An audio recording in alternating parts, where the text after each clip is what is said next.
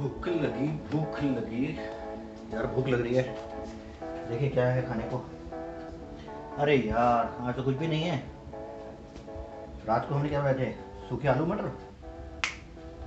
Idea, sandwich बनाते हैं। सारा सामान तो हमारे घर में ही मिल गया। चलिए बनाते हैं सैंडविच।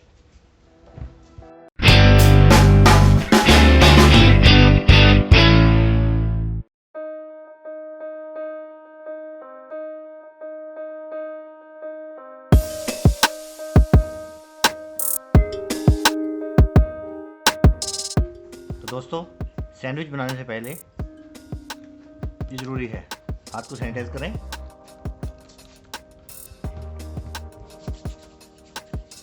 तो अब शुरू करेंगे अपना काम। चलिए, पहले मेयोनीज और सॉस, टोमेटो केचप जो हर घर में होती है।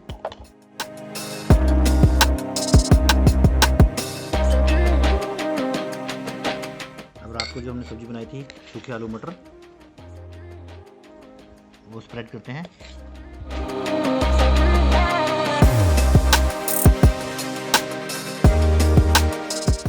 थोड़े से टमाटर,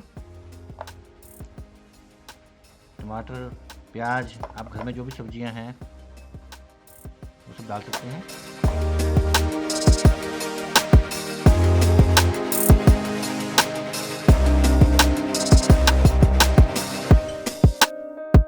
अमूल का चीज स्लाइस, सबका फेवरेट।